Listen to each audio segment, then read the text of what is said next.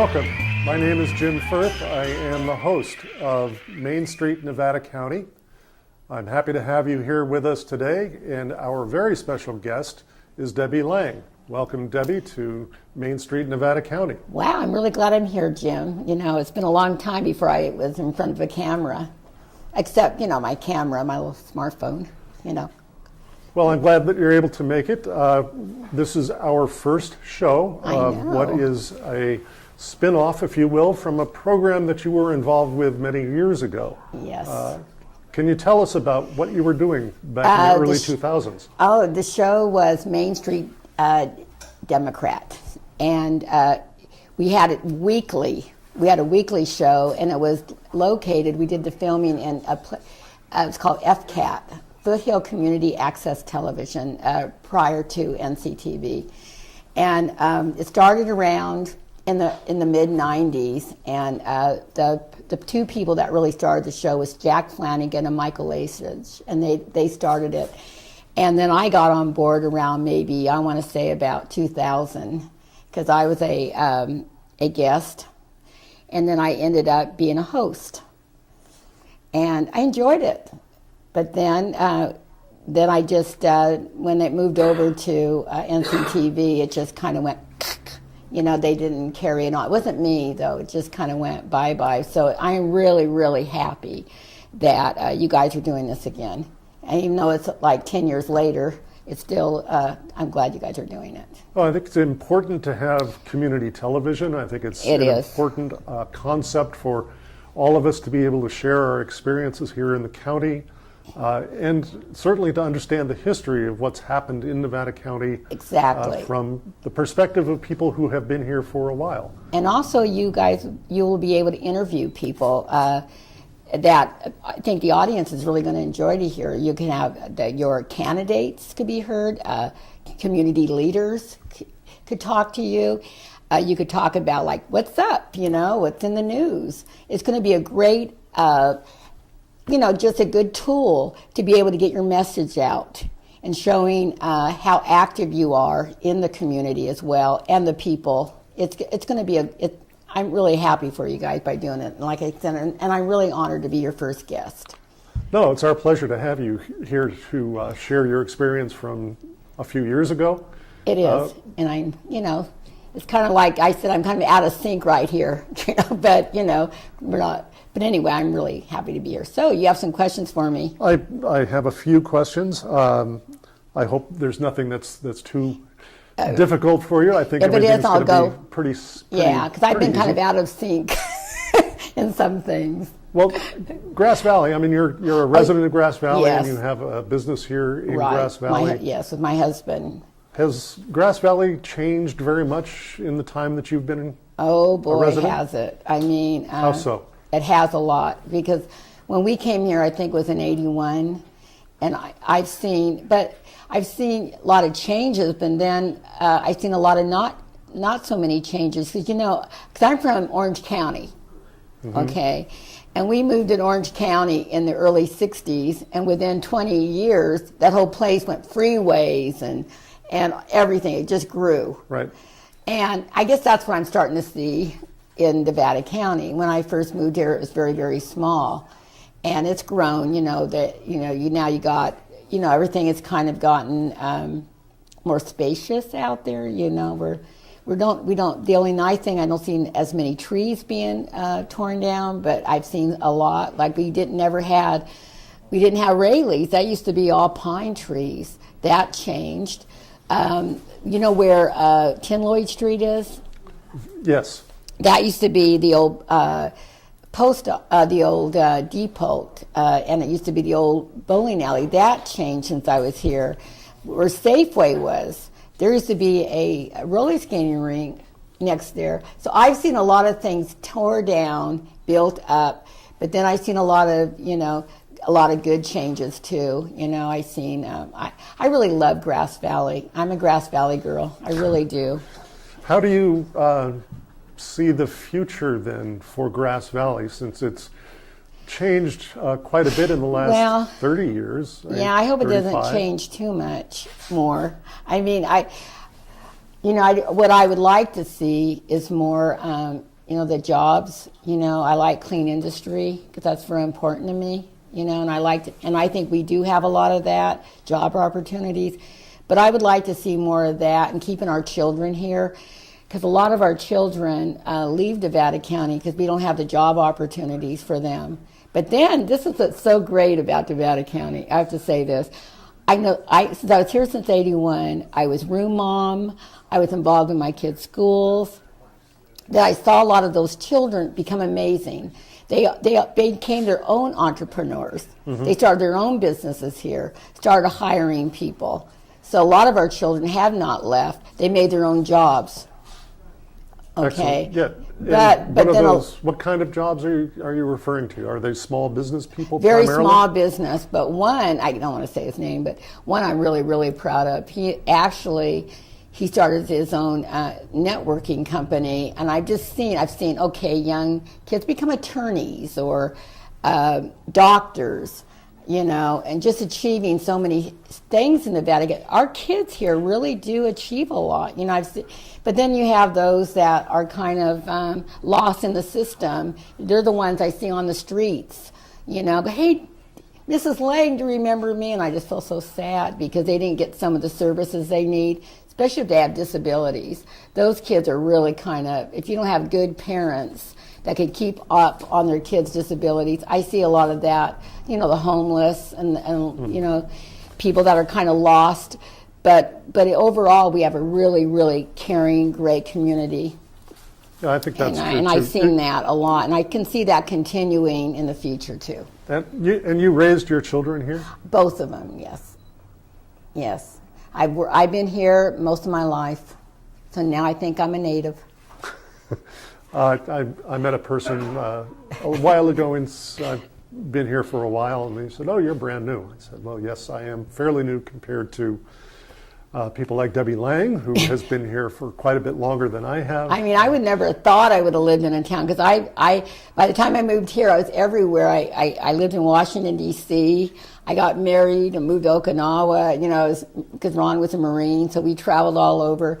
And then he worked for the DA's office down in Sacramento County, and we ended up getting here because of a job with a local attorney, and then we started his own practice in 1986. And then I bought my old fixer-upper, those old Victorians, and I just kind of got stuck. I never really cared to go anywhere else. It just satisfies me. That's why everybody says they go past Highway 49. I go, I'm okay here. I don't mind shopping at a little Safeway. No, it's important for me to be shopping local as well. I think I do. As far as I ever get is Auburn. I don't. Except some of my friends say, "Debbie, let's just go. Let me take you out of town." That's about it.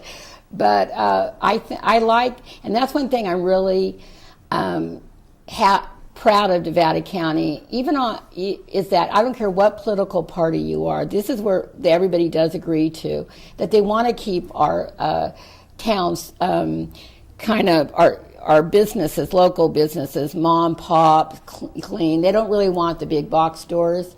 Because one time I saw two supervisors talking, but there was somebody, I might not have voted for it. But anyway, I saw him talking, and I made a comment, and they made a comment. I go, "Remember, you said you're not going to get a Walmart in here. You told me you guys are going to get Walmart." And I put it right on the stick, and they go, "No, Debbie, we're never going to put a Walmart in Nevada County." So overall, those are some things we can kind of agree with, so. Change does happen, though. But overall, I think it's all going to be a good change. With me, I just try to see the good in things anyway, because what else can you do, Sure. But I see Nevada County as a very nice place to live in. You live here. You retired up here, right? My wife and I both retired here. We were very fortunate to have a home here that we were able to move into. No, it is. It's a nice area, and we have a lot of history here. People don't realize that there's so much history here, and we have, the gold rush. This is where it all kind of started, and people don't even realize this is the only area in the United States that never had a depression.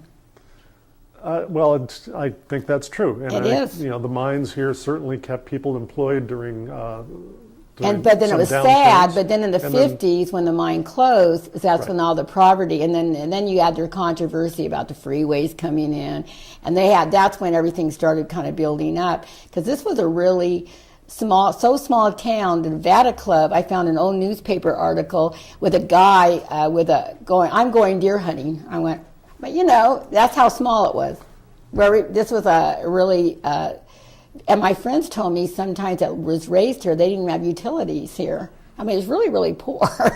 Well, it's a rural Some area. families I know here. It is rural. Lots of Nevada County is rural. This happens, though, as Grass Valley to be one of the larger cities in the county. And we along also with have so Truckee. much art here. We have so much to do. I mean, Right. people don't even realize that I'm bored. I mean, do you ever get bored? I never get bored here. There's always something to do. No, I Just don't. So, and it's because of the organizations. You do. and the volunteer opportunity. Exactly, and that's one thing you just hit something. Volunteer.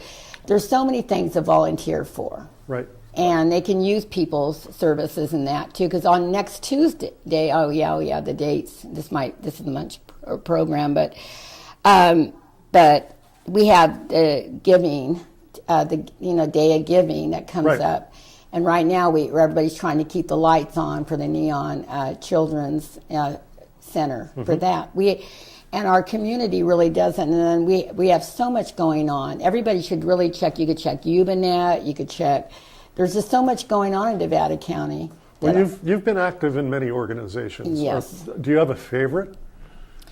Well, that's hard, really, at this point to say. But I think I've enjoyed a lot of them. At one time, I really did enjoy the chamber because I was ambassador and I got real active in that. But I think I liked when I got involved mostly in children's organizations that I did at one time, and that was with BPW, Business and Professional Women, because at the time in the 90s, I had an idea and everybody went with it. It was called Manzanita House. We had I don't know if you remember it's now the Salvation House, okay. but at the time it's for the homeless families. And I started the Manzanita Angels, and that to me was something that was dear to me because we brought Santa Claus, we got stockings for the kids, and I did it for 5 or 6 Christmas Eves in a row until finally the families got it, and I came in with Santa, and I wasn't needed, and I went out of here. But I think I enjoyed Business and Professional Women because they Right. did a lot. They really did a lot. That's great. And it helped me build up my confidence. And you've mentioned the chamber. I think you were affiliated with the Grass Valley Downtown Association. Yes, I was on the for a board bit. at one time, and I'm still very active with the Downtown Association. But I was on the board, and they make some decisions. They make a lot of decisions about how the downtown is going to run. But with me, I've been so busy with work that, I just figured boards are kind of not my thing anymore. I'll let other people do it. I'd rather volunteer, like that California Care Force that he just had. I'm more like a volunteer. I'd rather be a volunteer. Well, and you do such a good job at it. That's what's nice about having people such as yourself here in Nevada I'll let everybody County else and to be Grass leaders. Valley. No, Everybody else. I'm sure there's okay. way too many leaders sometimes. Yeah, I'd rather be an than Indian. There should be. I feel safer than Indian. But you've mentioned also that you are still active with the Democratic Women's Club. Oh yes, the Democratic Women's Club. It was founded in 1992, and that's when it was founded. And I really, you know what? That's my best club because I founded it. I'm the founding president. And I was so excited and I'm glad you said that because I totally forgot until you just mentioned it. And but anyway, Okay. and it started with like 3 people at a dining room table, and I think now they got 55 or more members. And now I go to the women's club meetings, and by the way, they're like the first Saturday of each month at Margaritas. I think it's at 9:30. I have to put that in right now. And but the thing is that I've seen it grown. It's got women elected. I think she doesn't mind me saying it. is Nancy Weber. I don't know how many people out there know Nancy Weber. She's on the NID, the longest member of the NID. And one time she was running for first time she ran for the NID. We were at the Holbrook, and I was an interviewer with FCAT, and it was on election night. We were interviewing candidates, and she said that. She goes, "It wasn't for the women's club, I wouldn't be running." And so it got a lot of women out there, and also men. They joined, and it got people also on the central committee. Right. On your central committee, a lot of the women come from the women's club to your central committee. That's what I remember.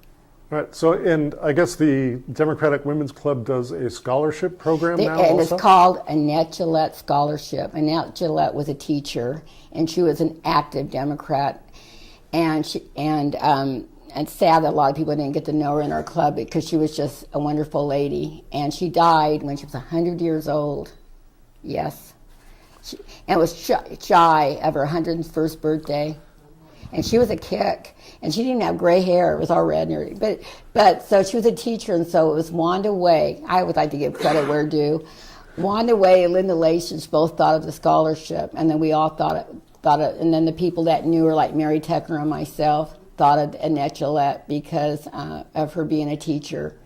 And she had a lot of famous students, too. They were senators, congressmen, and everything else.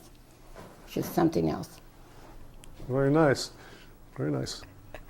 So I'm glad that you were able to mention the Women's Club having the Saturday meetings monthly.